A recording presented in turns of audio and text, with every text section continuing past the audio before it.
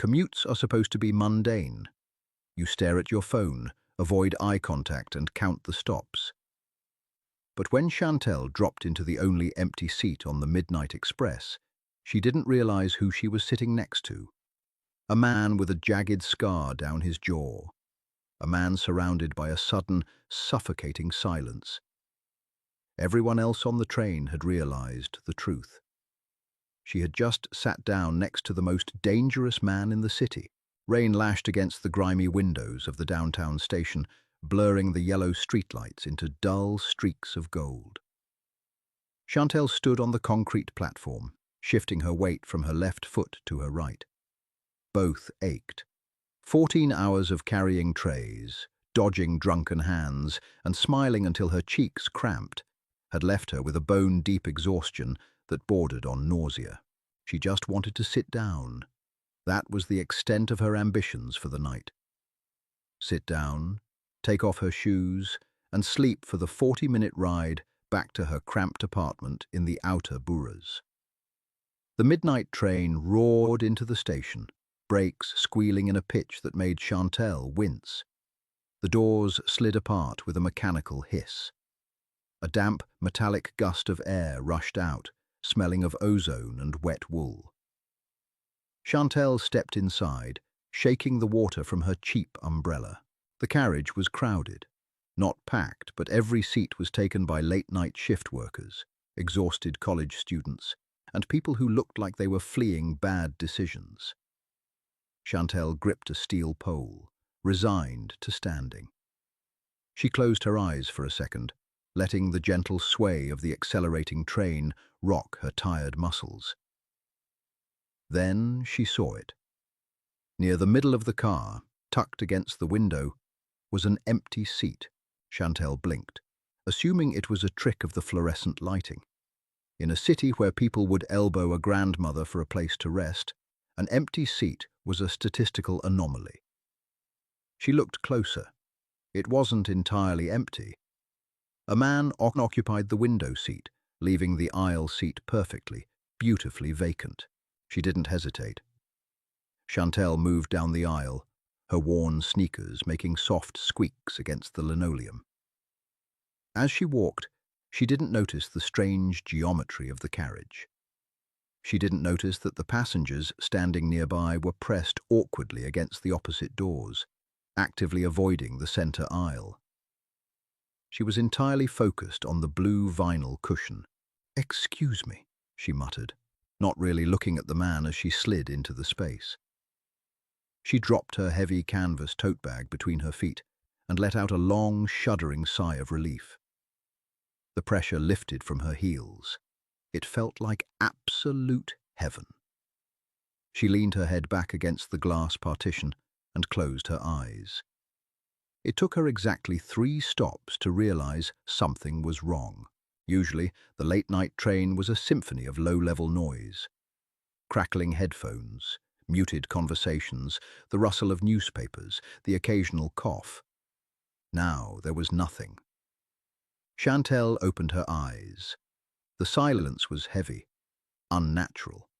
It wasn't the peaceful quiet of a sleeping carriage. It was a taut, vibrating silence. The kind of silence that precedes a car crash. She looked around. The passengers across the aisle were staring firmly at the floor, their postures rigid. A young woman a few feet away was gripping her phone so hard her knuckles were white. But the screen was dark. No one was speaking. No one was moving. Frowning, Chantel turned her head slightly to the left. The man sitting next to her was perfectly still. He was large, broad-shouldered, and dressed in a tailored charcoal suit that screamed custom-made. In this neighborhood, on this train, he stuck out like a diamond in a landfill. His hands rested on his thighs. Long fingers, heavy silver ring on the right index finger, scars across the knuckles. Chantel let her gaze travel upward. A crisp black shirt, unbuttoned at the collar, a strong, sharp jawline, and a scar.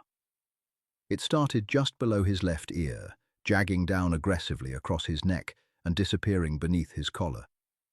It was thick, white, and jagged, a remnant of a blade meant to kill. He was looking straight ahead. His profile was rigidly handsome, but cold. Granite and ice. She shifted uncomfortably. Did I sit in a reserved section, she thought cynically, on a public subway? Then she noticed the men at the ends of the car. 2 by the forward doors, 2 by the rear. They weren't passengers. They were wearing dark coats, standing with the relaxed, balanced posture of predators. Their eyes swept the carriage, pausing on anyone who twitched. One of the men by the forward door caught Chantel looking. He didn't scowl. He didn't reach for a weapon. He simply tilted his head, his eyes narrowing in a silent, terrifying question. "Do you have a death wish?" Chantel suddenly understood the silence. This man beside her hadn't bought a ticket. He had bought the silence of the entire carriage. The empty seat wasn't a stroke of luck. It was a perimeter, a boundary line that every other person on this train had instinctively known not to cross. Everyone except her. Panic is a funny thing. For a moment, Chantel's heart hammered against her ribs like a trapped bird. Her instinct screamed at her to stand up, mumble an apology, and sprint to the next car. But as the adrenaline spiked, it collided with 14 hours of exhaustion, 2 double shifts, and an impending rent payment. She was tired. She was so unbelievably tired. Chantel looked from the bodyguard back to the scarred man. He still hadn't acknowledged her presence. If he wanted me dead for sitting here, I'd probably be dead already, she rationalized, her cynicism overriding her survival instincts. And my feet hurt too much to stand. Slowly, deliberately, Chantel broke the unspoken rule of the carriage. She uncrossed her arms, dug into her tote bag, and pulled out a cheap paperback novel. She cracked it open, settled back into the vinyl seat, and began to read. Beside her, the scarred stranger finally moved. He didn't turn his head, but his dark, heavy gaze slid sideways, landing on her. Chantel didn't look up, but she felt the weight of that stare. It felt like standing too close to a roaring fire. Fluorescent lights buzzed overhead, the only sound accompanying the rhythmic clatter of the train tracks. Devlin Murphy rarely took public transit. Actually, he never took it. Tonight was an exception, a necessary diversion to shake a tail that had picked up his motorcade near the docks. His men had secured the carriage within seconds, projecting an aura of casual violence that sent the civilians scurrying to the edges. He was used to the fear. It was the currency he traded in, the atmosphere he breathed. People shrank from him. They lowered their eyes, softened their voices, and made themselves small. The scar on his neck was a billboard, advertising exactly what he was capable of surviving and inflicting. So, when the exhausted woman in the damp coat had marched right through his invisible perimeter and dropped into the seat beside him, Devlin had assumed it was a hit. His hand had tightened on the grip of the compact Sig Sauer holstered beneath his jacket.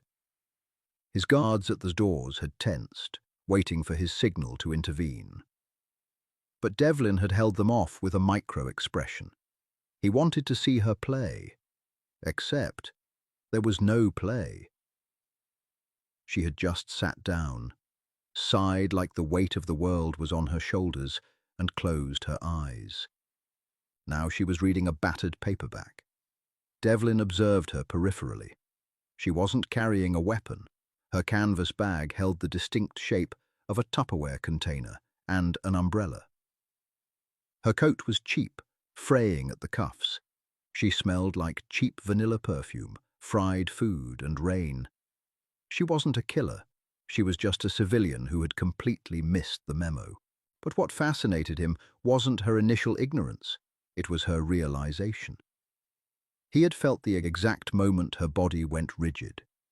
He knew she had seen his men, seen the scar, felt the terror rolling off the other passengers. She had done the math, and yet she hadn't moved. She had chosen to stay seated. Devlin found himself, for the first time in years, mildly amused. The train rattled over a junction, swaying violently. Chantel's shoulder brushed against his bicep.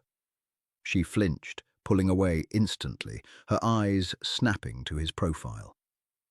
"Sorry," she whispered. Her voice was raspy, laced with fatigue.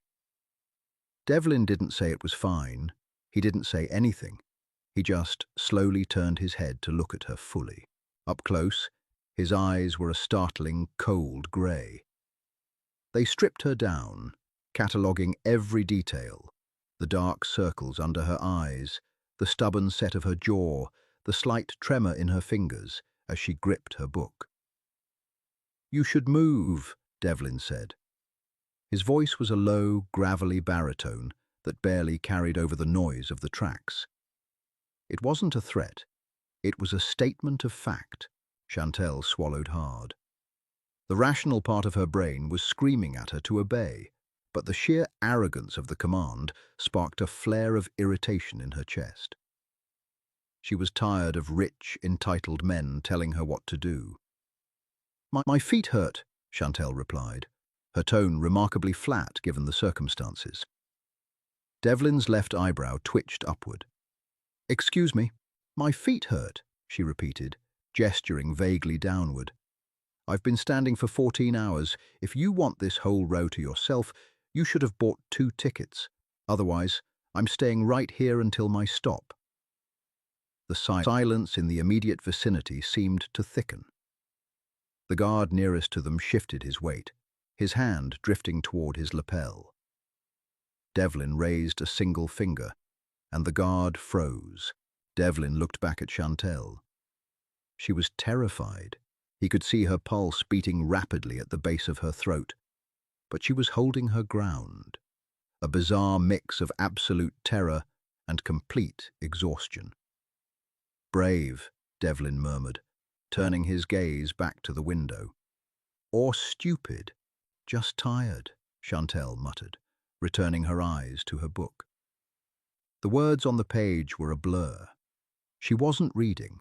She was actively focusing on breathing, inhaling the scent of his expensive cedar cologne mixed with something cold and metallic. They rode in silence for another 10 minutes. The train passed through a series of abandoned stations, the dark concrete pillars flashing by like strobe lights. Chantel began to relax slightly. The immediate danger seemed to have passed. The man beside her was entirely still, a statue carved from tailored wool and menace. She leaned her head back against the glass again, letting the rhythm of the train lull her. Then the lights flickered. It was a small thing, just a brief dip in the voltage. But Chantel felt the man beside her instantly tense. The air around him changed, transforming from passive intimidation to active, coiled aggression. He sat forward slightly. His hand slipped inside his jacket. Chantel looked at him, confused. "What is—" "Shut up and get down," Devlin snapped. Before she could process the command, the train slammed on its brakes. The deceleration was brutal. Passengers were thrown forward, screaming as they tumbled to the floor. Chantel flew forward, her book flying from her hands. Before her face could smash into the plastic back of the seat ahead, a heavy, unyielding arm clamped across her chest, hauling her backward. Devlin shoved her hard toward the floor, pressing her down between the seats. "Keep your head down," he ordered, his voice devoid of panic, purely tactical. The train screeched to a violent, shuddering halt in the middle of a dark tunnel. The emergency lights clicked on, casting the carriage in a sickly, dim red glow. For 3 agonizing seconds, there was nothing but the sound of people groaning and crying. Then the glass on the carriage doors shattered inward. Metal groaned as heavy boots kicked through the remaining shards of glass. Chantel lay curled on the sticky floor, her hands clamped over her ears. She couldn't see anything but the scuffed leather of Devlin's expensive shoes and the dirty linoleum. The sound of gunfire in an enclosed space is nothing like the movies. It isn't a clean bang. It is a deafening, concussive roar that rattles the teeth in your skull and disorients the brain. The first shots rang out from the rear of the car. Chantel screamed, squeezing her eyes shut as the deafening pops echoed over her head. The smell of sulfur and copper instantly filled the air, choking and sharp. "Cover the front!" someone yelled. It wasn't Devlin. The voice was raw, frantic. Devlin was standing, using the plastic back of the seat as partial cover. Chantel watched in paralyzed horror as he smoothly drew the pistol from his jacket. His movements were terrifyingly precise. There was no hesitation, no wasted energy. He raised the weapon, sighted and fired twice. A heavy thud sounded from the aisle. Someone gurgled. Civilians were screaming, crawling under seats, begging for their lives. Chantel tried to press herself flatter against the floor, feeling a wetness seeping into the knee of her jeans. She didn't look down to see what it was. She knew. "Murphy!" a voice bellowed from the front of the car. "It's over. They sold you out." Devlin didn't answer. He dropped into a crouch beside Chantel, expertly ejecting a spent magazine and slamming a fresh one into the grip of his gun. His breathing was remarkably steady. He glanced down at her. "Are you hit?" he asked, his tone brisk. Chantel could only shake her head, her jaw locked in terror. "Stay low," he commanded. He spun around the edge of the seat, firing 3 rapid shots down the aisle. Wood and plastic splintered overhead, showering Chantel with debris as return fire ripped through the top of the seat. "Push up! Push up!" the unseen attackers shouted. There were at least 4 of them. Chantel could hear their heavy boots advancing, crunching over the broken glass and shell casings. Devlin's men were either dead or pinned down. It was just him. Devlin grabbed Chantel by the collar of her coat and dragged her backward, pulling her behind the thicker steel partition near the train doors. She scrambled wildly, trying to help him move her, her nails scraping against the floor. "Who are they?" she sobbed, the panic finally breaking through her shock. "People who want me dead," Devlin replied coolly, checking his chamber. "Unfortunately for them, they're impatient." He didn't wait for them to advance. Devlin stepped out from the cover of the steel partition.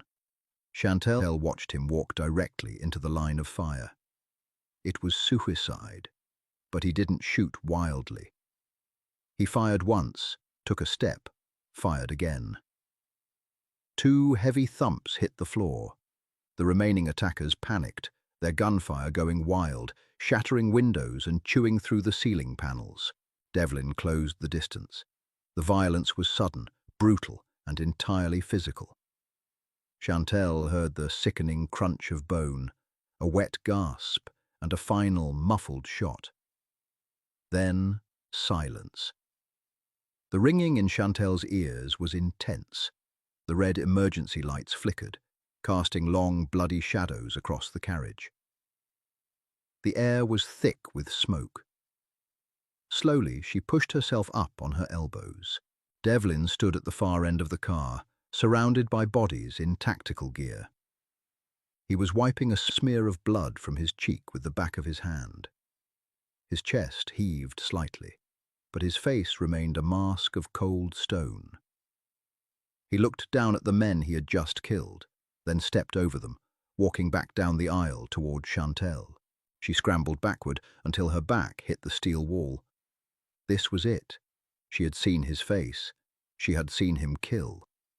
The cynical part of her brain whispered that no one leaves a witness. Devlin stopped in front of her.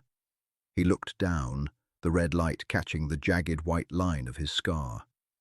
"Get up," he said. Chantel shook her head, tears finally spilling over her eyelashes. "Please," she whispered. "I didn't see anything. I don't know who you are. I just wanted to go home." Devlin's expression didn't soften. He reached down, grabbing her by the bicep, and hauled her to her feet with terrifying ease. She stumbled against his chest, smelling the fresh gunpowder on his clothes. "They know you were sitting next to me," Devlin said, his voice flat. "Lucian's men are thorough. They'll pull the station cameras. They'll see us talking. They'll assume you belong to me." "I don't belong to anybody," Chantel cried, trying to wrench her arm away. His grip was like iron. "You do now," Devlin stated. He didn't wait for her to argue. He dragged her toward the shattered doors of the train car. The dark, damp expanse of the subway tunnel stretched out before them, a black void beneath the city. "Where are we going?" Chantel gasped, stumbling over the debris as he forced her forward. Devlin stepped out into the dark tunnel, pulling her with him into the shadows. "To keep you alive. Try to keep up." Gravel crunched beneath Chantel's cheap sneakers, the sound echoing too loudly in the cavernous dark. The subway tunnel was a hostile environment, smelling heavily of raw sewage, rusted iron, and the sharp tang of ozone. Emergency lights, spaced 50 yards apart, cast sickly yellowish pools on the damp concrete. Between those lights lay pitch blackness. Devlin's pace was brutal. He didn't run, but his long, purposeful strides forced Chantel into a stumbling half-jog, just to keep the tension out of the grip he maintained on her wrist. His hand felt like a manacle. Her lungs burned.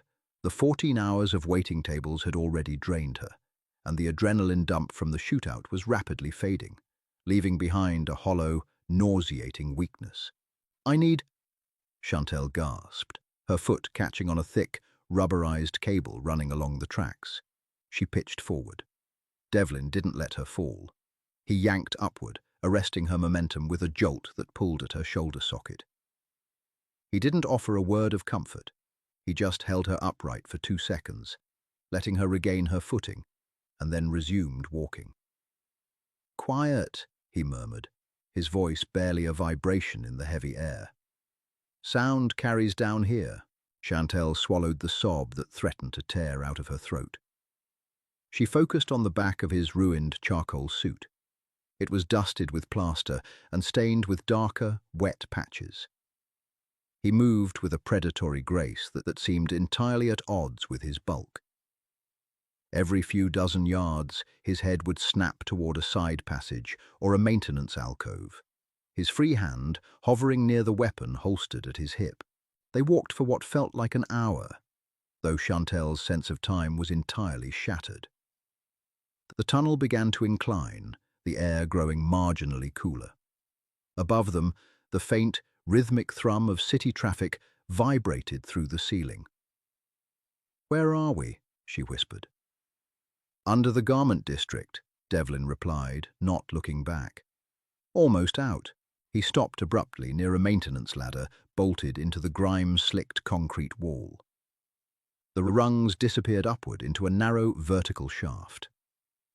Devlin released her wrist.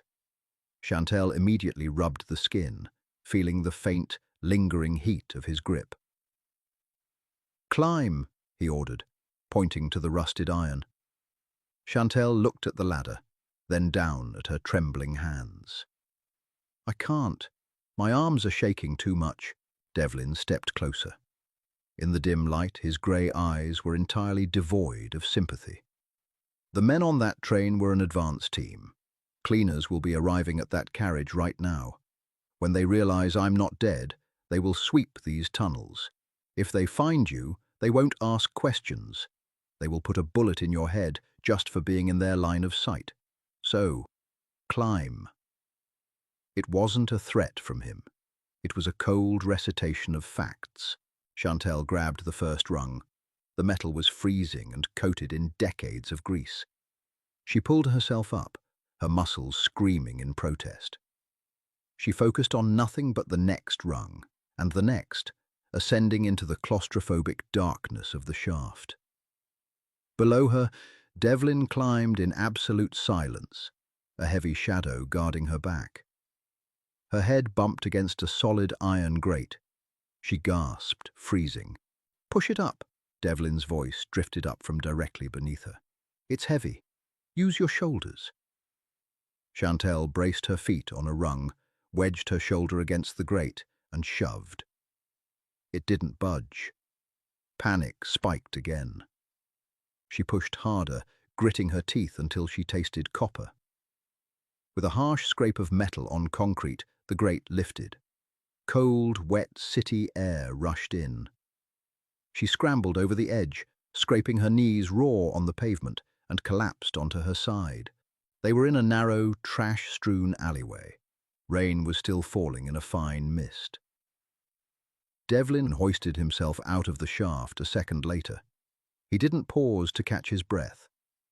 He grabbed the heavy iron grate and slid it back into place with a definitive clank, kicking a pile of sodden cardboard over it to obscure the edges.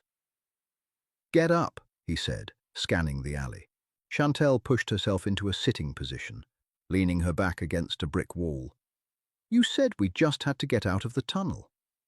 "I said we were almost out," Devlin corrected, adjusting his jacket. He pulled out a sleek burner phone, tapping out a rapid message. "We are entirely exposed out here. 5 blocks. Can you walk?" Chantel looked at him. The streetlights from the main avenue bled into the alley, illuminating his face. The jagged white scar on his neck stood out starkly against his skin. He didn't look tired. He didn't look afraid. He just looked annoyed by the inconvenience. Anger, sudden and hot, finally cut through Chantel's exhaustion. "Do I have a choice?" she snapped, her voice trembling with a mix of fury and fear. "Because you dragged me into a shootout, kidnapped me from a subway tunnel, and told me I belong to you. If I say I can't walk, what are you going to do? Shoot me?" Devlin paused, putting the phone away. He looked down at her, his expression unreadable. For a long moment, the only sound was the distant wail of police sirens heading toward the train station. "If I wanted you dead, I would have left you in the carriage," Devlin said flatly. "I don't kill civilians, but Lucian Bell does. He burns everything he touches. You sat in my perimeter. His men saw it. In their eyes, you are a loose end. I am taking you to a place where they cannot find you, but I cannot carry you, and I will not wait here to be ambushed. We walk." He turned and started toward the mouth of the alley. Chantel squeezed her eyes shut, fighting back tears of sheer frustration. She hated him. She hated his expensive suit, his cold eyes, and the terrifying logic in his words. But she didn't want to die in an alleyway smelling of stale beer and garbage. Grasping the brick wall, she hauled herself to her feet and limped after him into the rain. Neon signs flickered overhead, casting harsh pink and blue reflections on the wet asphalt. Devlin didn't lead her through the main streets. He navigated the garment district through a labyrinth of service entrances, loading docks, and narrow passages that smelled of wet cardboard and exhaust fumes. Chantel kept her head down, focusing entirely on the rhythmic click of his shoes. Every shadow looked like a man with a gun. Every passing car sounded like a threat. She felt entirely disconnected from her own body, operating on a primitive autopilot fueled by terror. They stopped in front of a rusted steel door, set into the back of an abandoned textile warehouse. Devlin punched a complex code into a heavy mechanical keypad. The lock disengaged with a heavy, satisfying thunk. He pushed the door open, motioned her inside, and followed, bolting the door shut with 3 separate deadbolts. The silence inside was immediate and absolute. Devlin flipped a switch. A row of industrial overhead lights buzzed to life, revealing a massive, open-plan loft. It was starkly contrasting to the exterior. The floors were polished concrete. Expensive, minimalist leather furniture sat in the center of the room. A massive steel kitchen island occupied one corner, and heavy blackout curtains covered the windows. It looked less like a home and more like a tactical bunker outfitted by a high-end designer. "Sit," Devlin instructed, walking towards the kitchen area. Chantel didn't sit on the pristine white leather sofa. She was filthy, soaked in subway water, sweat and dirt. Instead, she sank onto a wooden stool near the kitchen island, pulling her cheap coat tightly around herself. She was shivering uncontrollably, though the room was warm. Devlin shed his ruined suit jacket, tossing it onto a nearby chair. Beneath it, his black shirt was torn at the shoulder, revealing a dark, bruised scrape. He didn't seem to notice. He opened a heavy steel cabinet, pulling out a comprehensive trauma kit and a bottle of amber liquid. He walked back over to Chantel, setting the bottle and 2 glasses on the counter. He poured 2 heavy measures. "Drink," he said, sliding a glass toward her.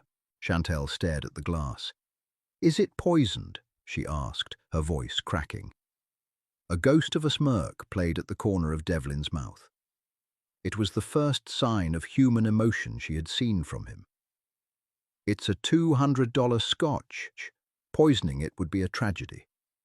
He picked up his own glass and downed it in a single swallow. Chantel wrapped her trembling fingers around the heavy crystal. She brought it to her lips and took a sip. The liquor burned a fiery path down her throat, hitting her empty stomach with a jolt of heat that made her gasp. She coughed, tears pricking her eyes, but the violent shivering in her shoulders began to subside. Devlin opened the trauma kit. "Take off your coat." Chantel instinctively crossed her arms. "I'm fine. Your left knee is bleeding through your jeans, and you're favoring your right shoulder," Devlin stated, his eyes flicking over her with clinical precision. "Take off the coat." She didn't have the energy to fight him. Slowly, she peeled off the damp canvas coat, dropping it onto the floor. Underneath, she wore a faded blue diner uniform, stained with coffee and ketchup from her shift. Devlin didn't comment on the uniform. He pulled out a pair of medical shears and knelt in front of her. "What are you doing?" she yelped, pulling her leg back. "Accessing the wound," he said, grabbing her ankle firmly.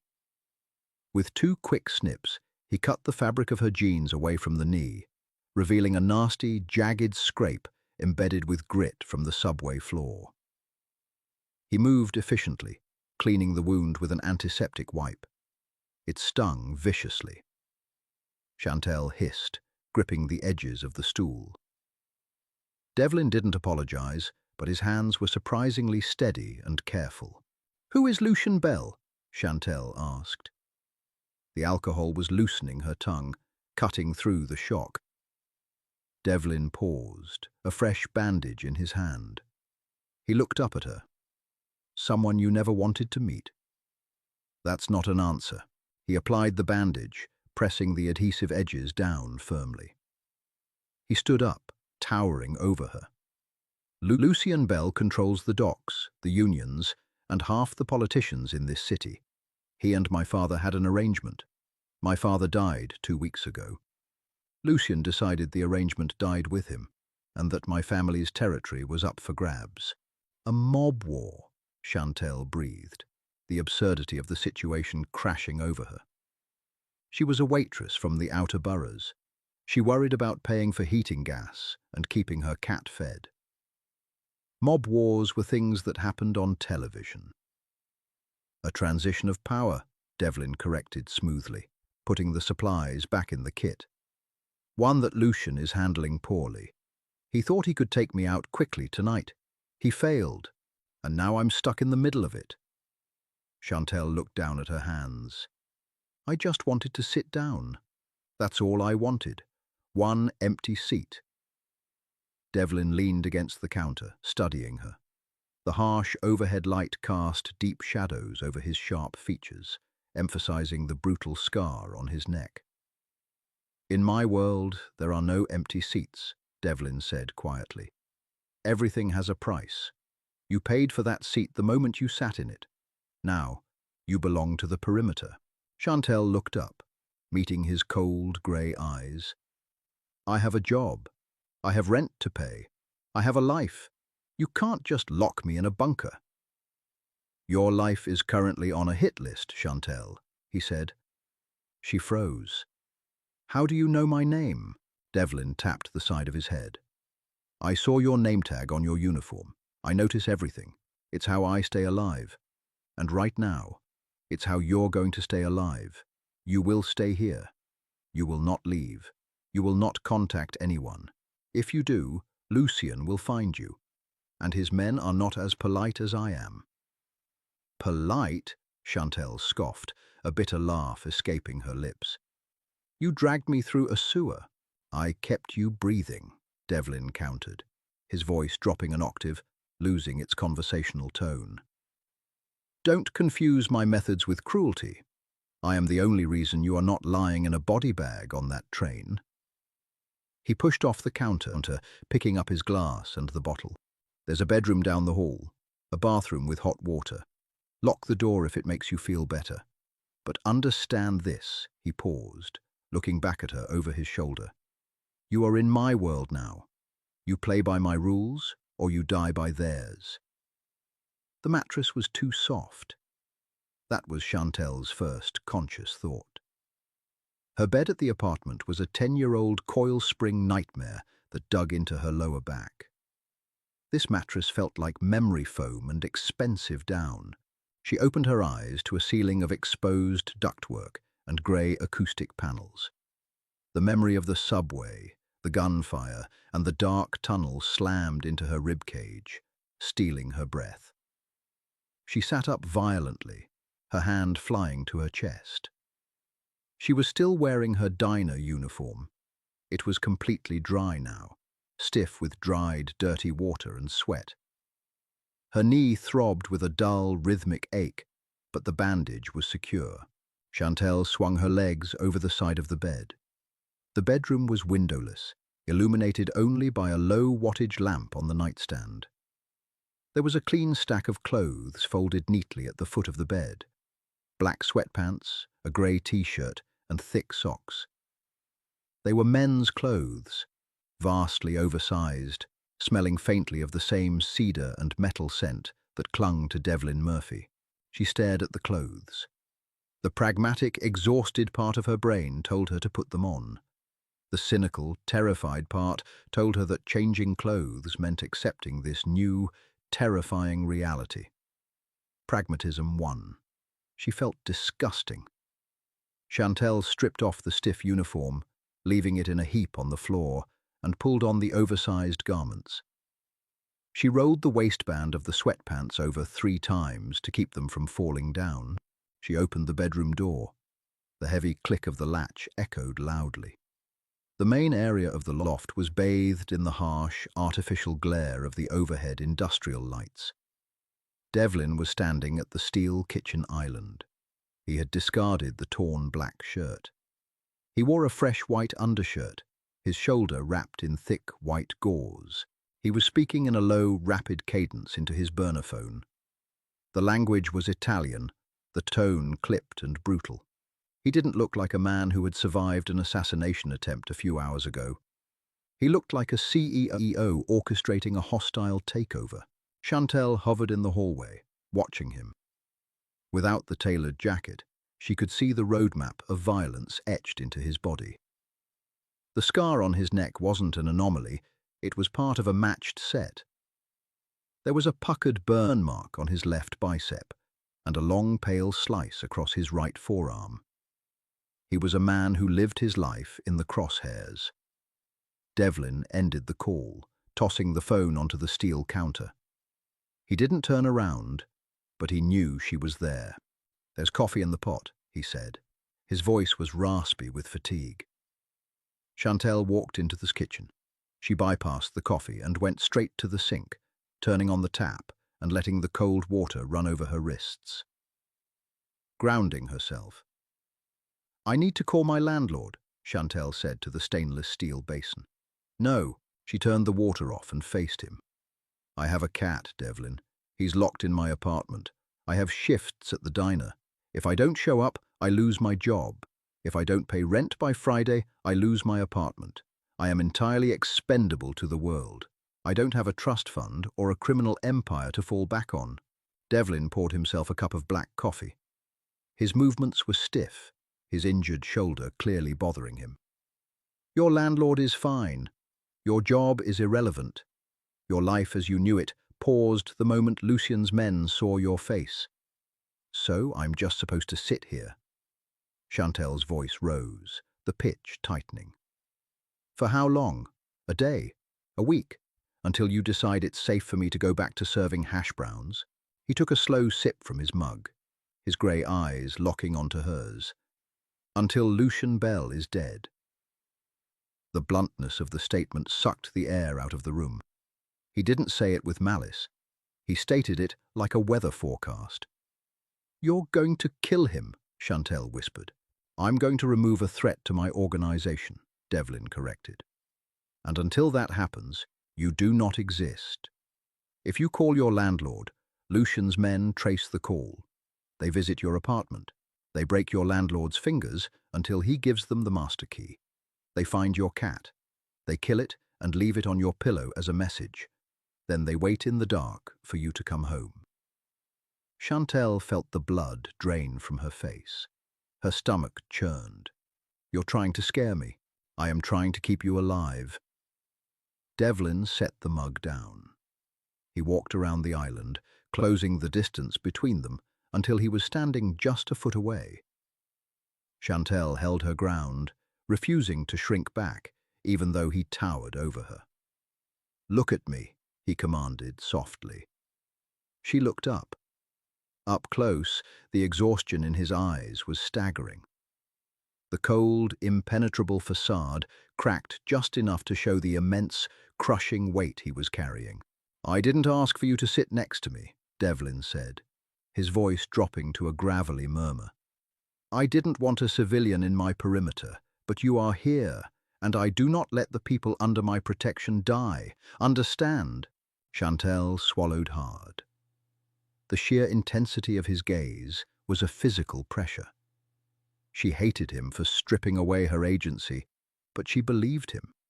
He wouldn't let her die, not because he cared about her, but because letting her die would be a failure of his own absolute control. Who is feeding my cat? She asked, her voice cracking. Devlin's jaw twitched. A long, heavy pause stretched between them. Then he reached into his pocket and pulled out a small set of keys. Her keys. I sent a man to your apartment 3 hours ago, Devlin said. He packed a bag of your things.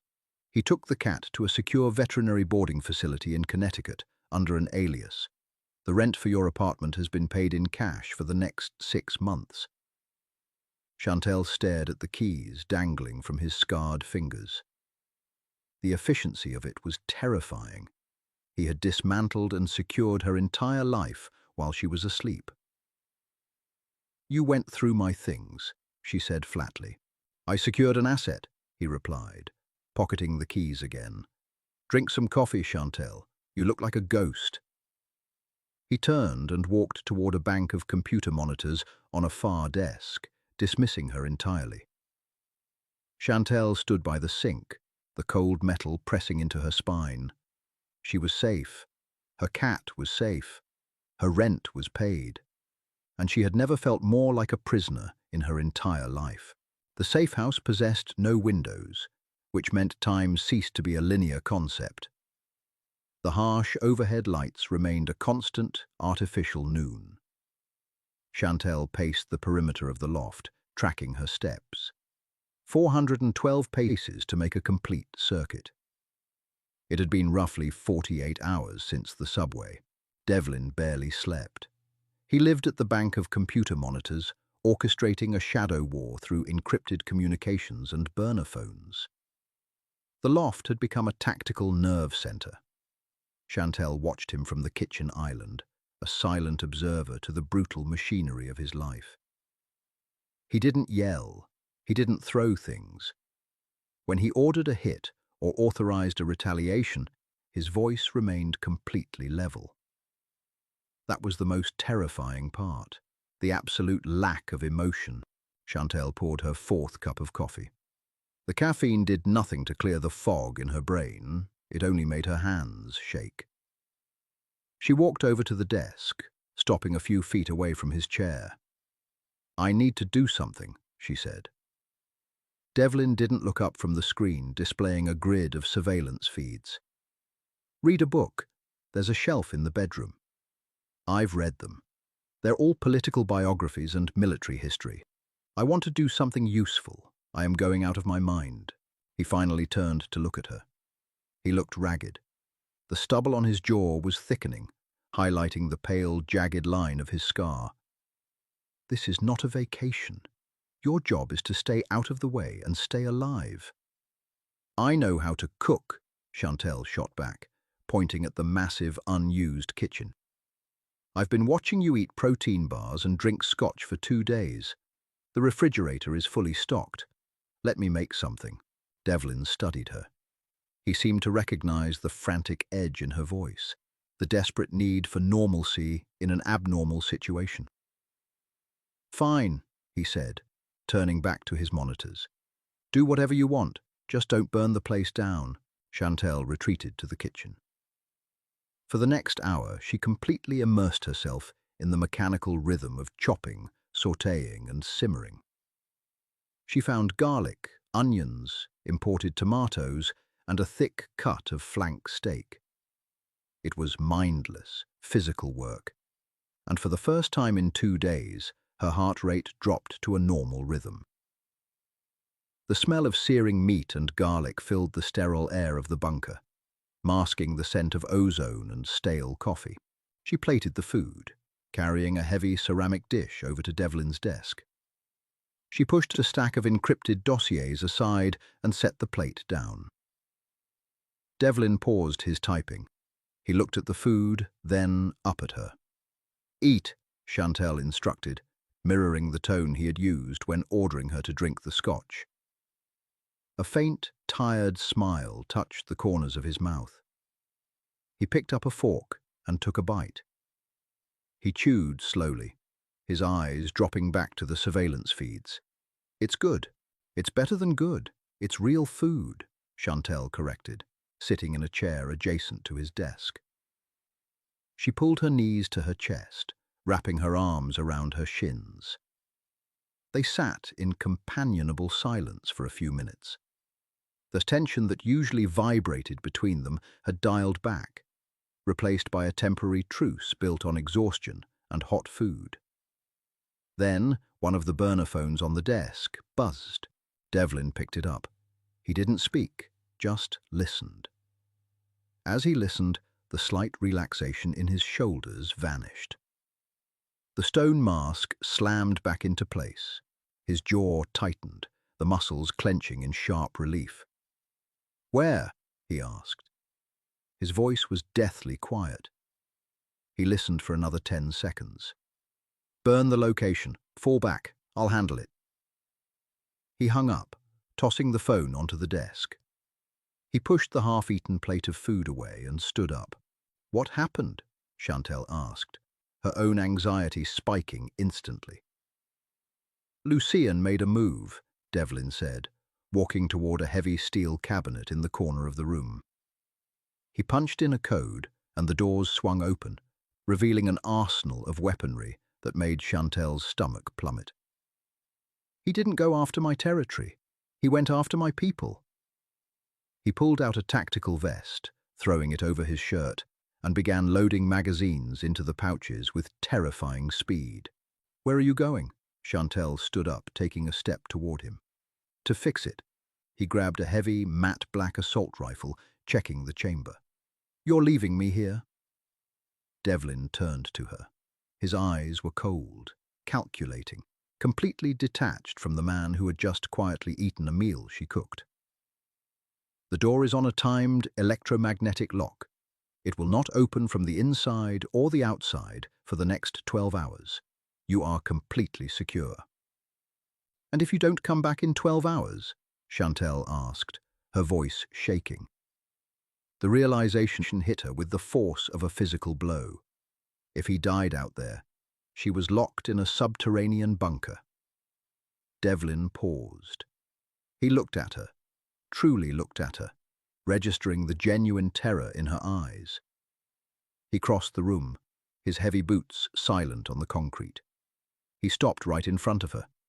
He reached out, his large, scarred hand gently gripping her shoulder. His touch was firm, grounding. "I will come back," Devlin said. It wasn't a promise. It was an absolute certainty, forged in arrogance and a violent will to survive.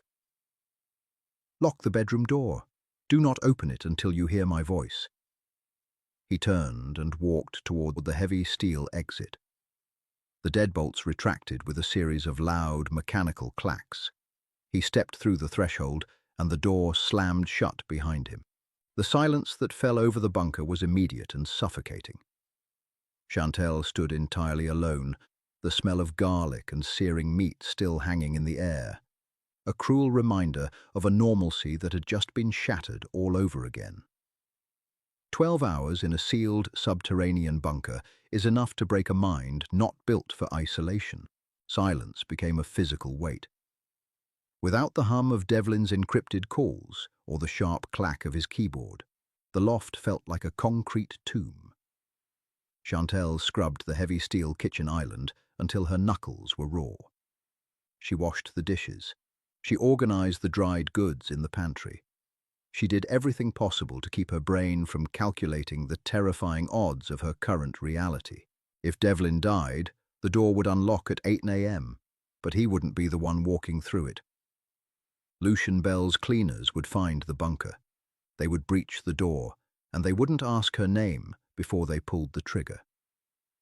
7 hours passed. Then 9.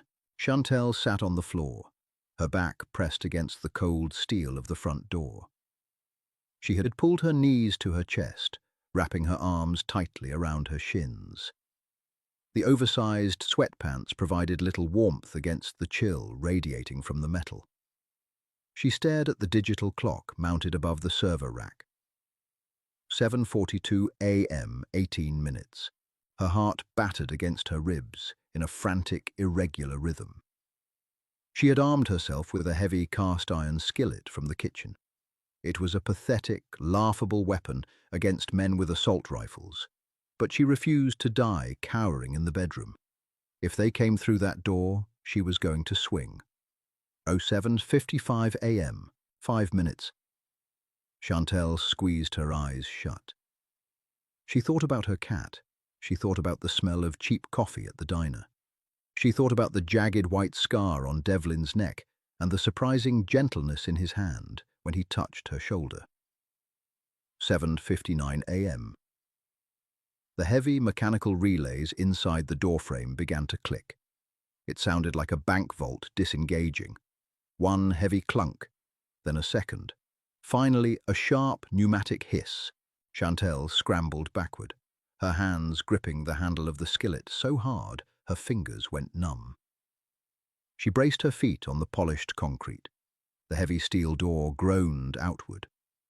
A figure filled the doorway, backlit by the dim, flickering fluorescence of the outer corridor. Chantel raised the skillet, her breath catching in her throat in a sharp, ragged gasp.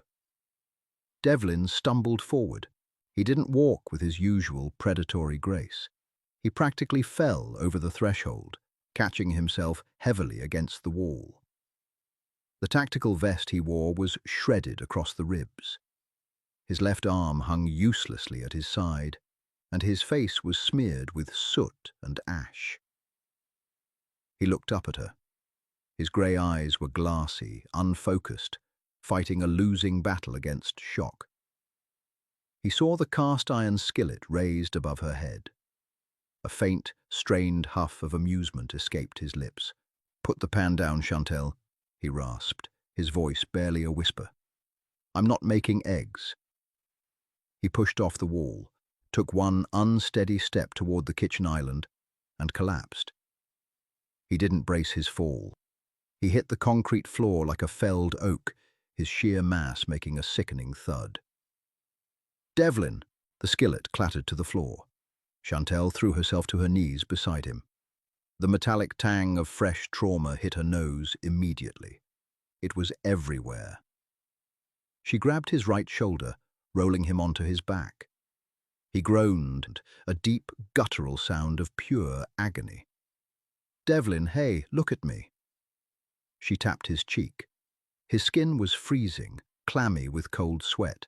His eyelids fluttered, revealing slits of pale grey. "Vest," he choked out, his right hand weakly clawing at the heavy Velcro straps. "Get it off." Chantel didn't hesitate. The terrified waitress vanished, replaced by a woman running purely on adrenaline and necessity. She ripped the Velcro tabs open, hauling the heavy ballistic plates off his chest and tossing them aside. His black shirt was soaked through, clinging to his torso. She gripped the hem and ripped it upward. A long, jagged laceration carved across his left side, just below the ribcage. It wasn't a bullet hole. It looked like he had been dragged across broken glass and jagged steel. It was deep, angry, and weeping steadily onto the pristine concrete. "Oh, God," Chantel breathed, her stomach turning violently. "Kit," Devlin grunted, his head rolling to the side. "Cabinet." Chantel scrambled up, sprinting to the steel cabinet he had used 2 days ago. She hauled the heavy trauma kit back to the floor, ripping open the latches. Gauze, pressure bandages, medical stapler, saline. "What do I do?" she asked, her voice cracking. "I don't know how to do this." Devlin forced his eyes open, pinning her with a gaze that was rapidly dimming but still fiercely commanding. "Pour the saline, clean it, then pack it with gauze. Hard." She grabbed the plastic bottle of saline, twisting the cap off with her teeth. She poured it directly over the ragged tear in his side. Devlin's entire body went rigid, a choked scream dying in the back of his throat. His jaw locked, the muscles standing out in sharp relief. I'm sorry," Chantel babbled, her hands shaking violently as she tore open a massive square of trauma gauze. "Don't apologize," he ground out through clenched teeth. "Pack it." She pressed the thick wad of cotton directly into the wound, leaning her weight onto her palms to apply maximum pressure. Devlin arched off the floor, his right hand flying up to grab her wrist in a vice grip. He didn't pull her away, he just squeezed, anchoring himself to her pain while he rode out his own. They stayed like that for 10 minutes.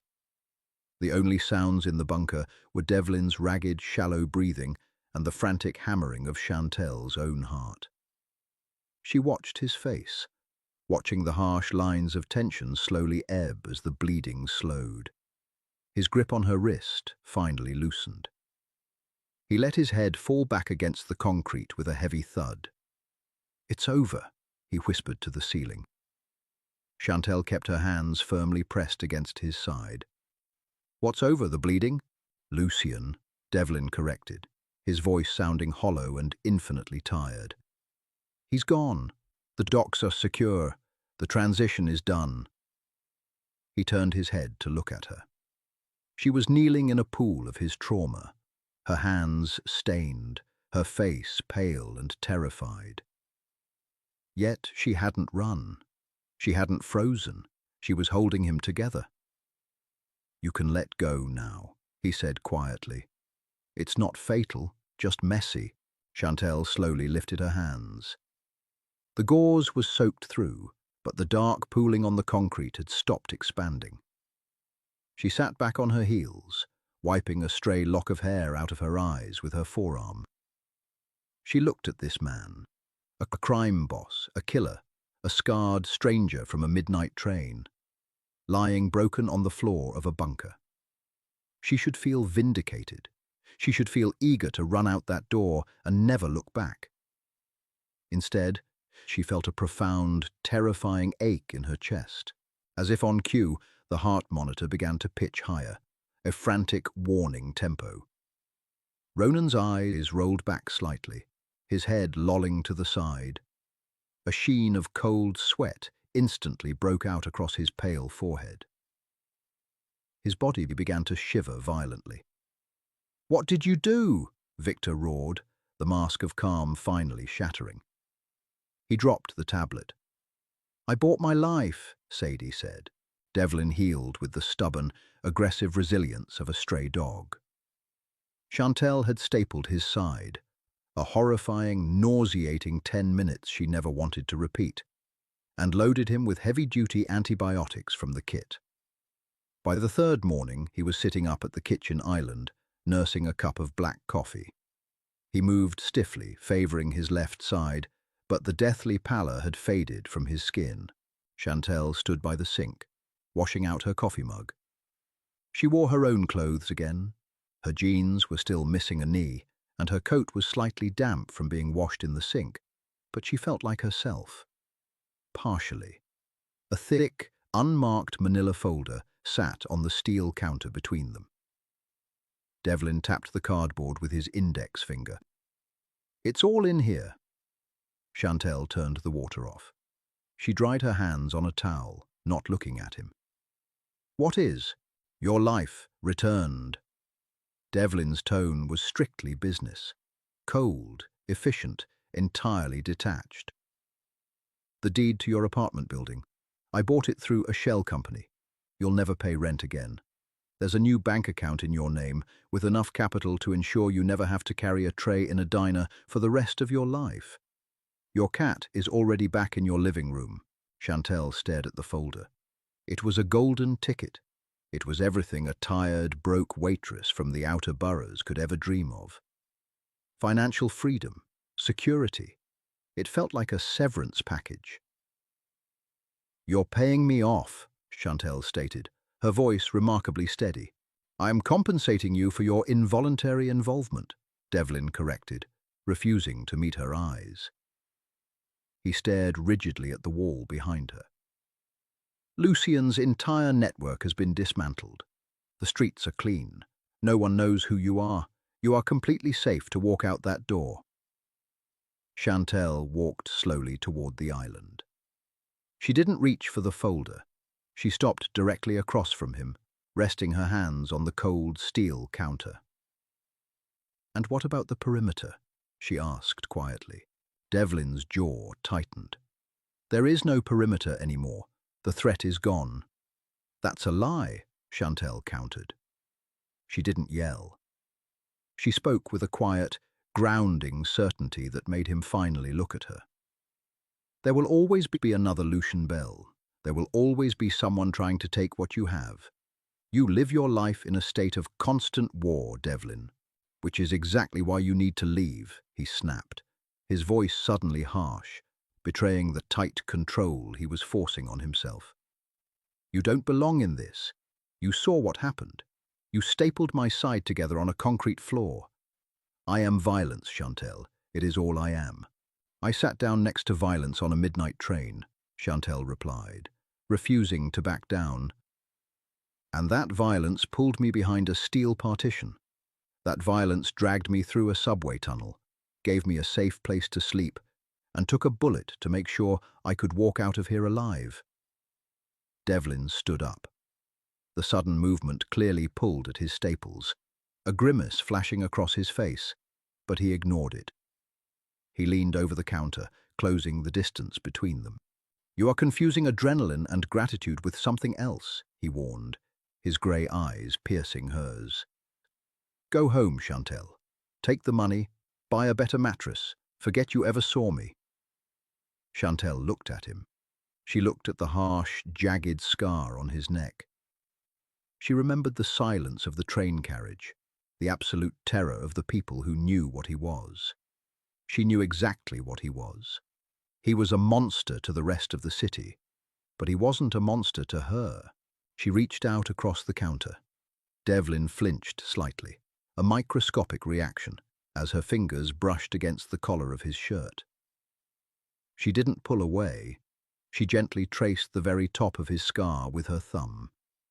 His breath hitched, his entire body going terrifyingly still under her touch. "I don't want to forget," Chantel whispered.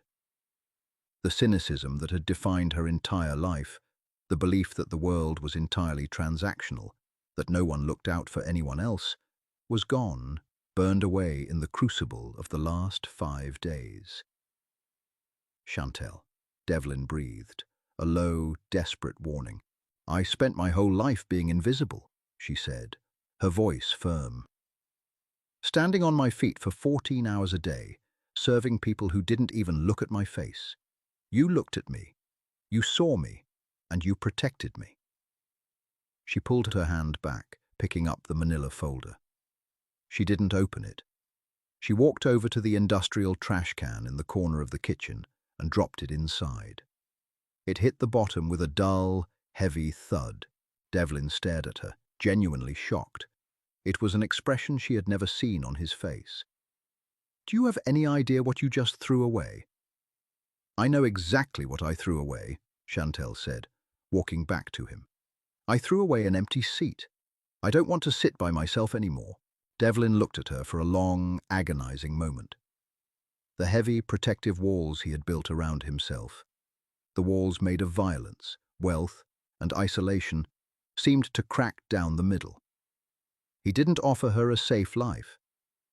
He couldn't. He could only offer her his world, with all its inherent, terrifying risks. He reached across the counter, his large hand wrapping gently around the back of her neck. He pulled her forward, his forehead resting heavily against hers. He smelled of coffee, expensive soap, and danger. "You realize," Devlin murmured, his voice a gravelly vibration against her skin, "that if you stay, I will never let you go. The perimeter becomes permanent." Chantel closed her eyes, leaning into his touch. "I know.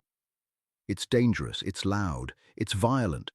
I've got a cast-iron skillet," she whispered, a small, genuine smile finally breaking across her face. "I can handle it." Devlin chuckled, a low, dark sound that rumbled in his chest. He turned his head slightly, pressing his lips against her temple. It wasn't a soft, romantic kiss. It was a brand, a claim, a promise of absolute protection. The heavy steel door of the bunker remained closed. Outside, the city moved on, completely unaware of the shift in the underworld. But inside, the silence was no longer terrifying. It was shared. Chantel had taken the last seat beside a scarred stranger, and she had no intention of ever standing up. "Thank you for experiencing this dark, gripping journey with us." If Chantel's bravery and Devlin's fierce, protective nature kept you on the edge of your seat, hit that like button to show your support. We pour our hearts into crafting these deeply human, intense narratives, and your engagement fuels our next creation. Don't forget to share this story with a friend who loves a grounded, gritty mafia romance with real emotional stakes. Subscribe to our channel and turn on notifications so you never miss a new upload. What should we write next? Drop your ideas in the comments below.